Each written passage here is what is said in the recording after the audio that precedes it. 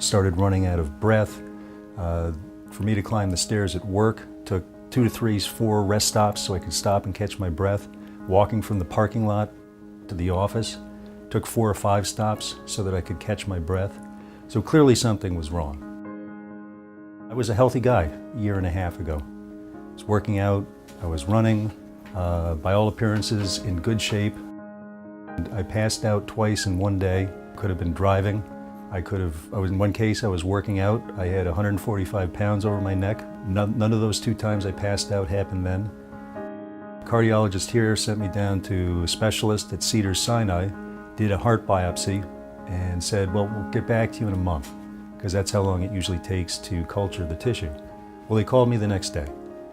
Turns out I have an extremely rare disease called giant cell myocarditis.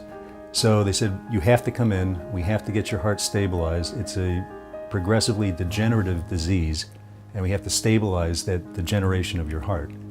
So I went in and started a 44-day stint at Cedars-Sinai and came to realize that there was only one way out of this. I needed a transplant. I was put on the list where the waiting began. And those are probably the longest days in anyone's life, is waiting for hope, waiting for something to come through that you know you need to save your life. And in some respects, it's the way Jesus is always there for people that feel they're out of hope. I don't know how people who don't know Jesus could go through something like that and not have a sense of comfort for what would happen if they die. I just knew it was not my time. And I also knew that if it was my time, that so be it. I can become with Jesus. My only concern would have been for Susie and the people that I would have left behind. But I knew that I was being taken care of either way. But a deep part of me felt that now is not my time. And all of a sudden, all those days of waiting and wondering whether it was going to be an abyss I'd be constantly staring into were gone. And the response was simply shock. Just shock. I knew that this day was coming, that that day of hope had finally arrived. And from that point, for the next 24 hours, was a flurry of activity. I had to lie on the table for what seemed like an eternity while they were prepping the other heart and getting everything ready. And the mask came on, and I could feel myself drifting off. I just kept repeating the power and the peace of Jesus.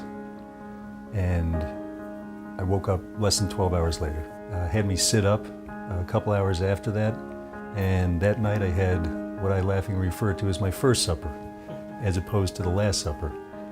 Solid food, and they had me up and walking within 24 hours.